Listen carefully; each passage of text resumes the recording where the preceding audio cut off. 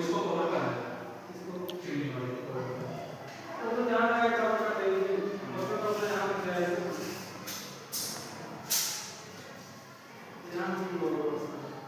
वो वाले बॉक्स नहीं बनाने सर, जो आप वो बस हो रहे हो ना, वो नहीं बनाने,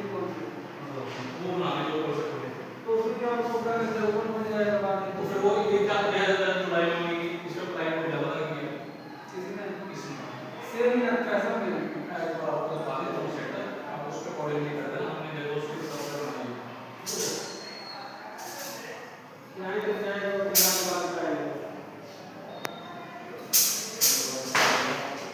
तो ये अच्छे भी है, तो यहाँ पे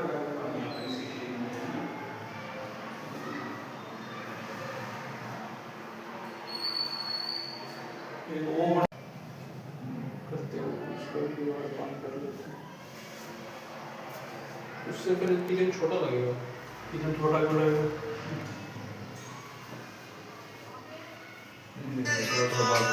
मेरी ये वाले कैबिनेट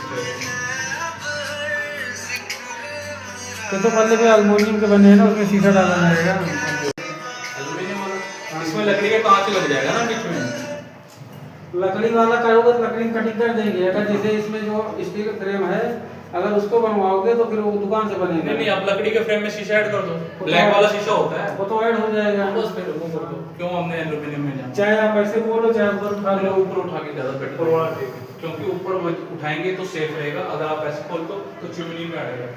नहीं चिमनी में नहीं आएगा, ये आपने चिमनी पे आ गया आपकी, यहाँ मसला रहेगा।